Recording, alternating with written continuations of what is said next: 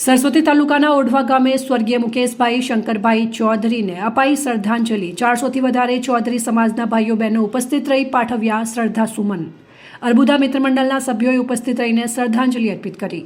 સ્વર્ગીય મુકેશભાઈ શંકરભાઈ ચૌધરી દદ્દુને શ્રદ્ધાંજલિ। તારીખ 19 રવિવાર, સ્થળ રામજી મંદિર, ઓઢવા। સ્વર્ગીય મુકેશભાઈ શંકરભાઈ ચૌધરી દદ્દુને શ્રદ્ધાંજલિ નિમિત્તે શોક સભા તારીખ 19 રવિવારના રોજ રામજી મંદિર, ઓઢવા ખાતે યોજાઈ। આ શોક સભામાં ગામના આગેવાનો, વડીલો, ભાઈઓ અને બહેનો મોટી સંખ્યામાં હાજર રહી સ્વર્ગસ્થ આત્માને શ્રદ્ધાંજલિ અર્પણ કરી હતી। સમગ્ર વાતાવરણ શોકમય બન્યું હતું અને સૌએ પ્રાર્થના કરી કે પરમાત્મા તેમના આત્માને શાંતિ આપે તથા પરિવારજનોને આ દુઃખ સહન કરવાની શક્તિ આપે। 400થી વધારે ચૌધરી સમાજના આગેવાનો હાજર રહ્યા।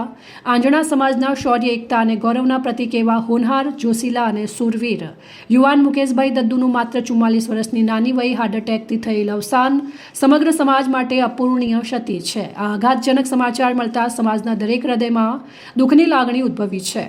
એક એવા વીર પુરુષને ગુમાવ્યો છે જેમણે પોતાના જીવનને સમાજ સેવા અને રક્ષણ માટે સમર્પિત કર્યું હતું। મુકેશભાઈ માત્ર એક વ્યક્તિ ન હતા, તેઓ સમાજની હિંમત, શૌર્ય અને એકતાનું જીવંત પ્રતીક હતા। તેમનો મળતાવડો સ્વભાવ, નિસ્વાર્થ ભાવના અને સમાજ પ્રત્યેની અડગ લાગણી તેમને દરેકના હૃદયમાં વિશેષ સ્થાન અપાવતી હતી।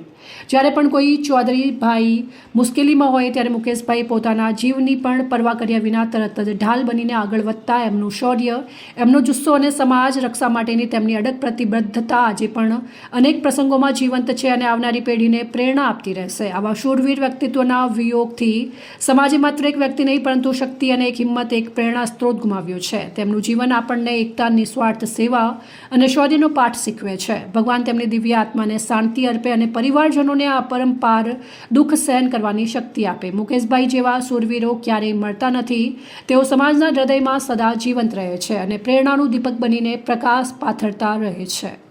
અહેવાલ માનસિંહ ચૌધરી, સંબંધ ભારત ન્યૂઝ, પાટણ।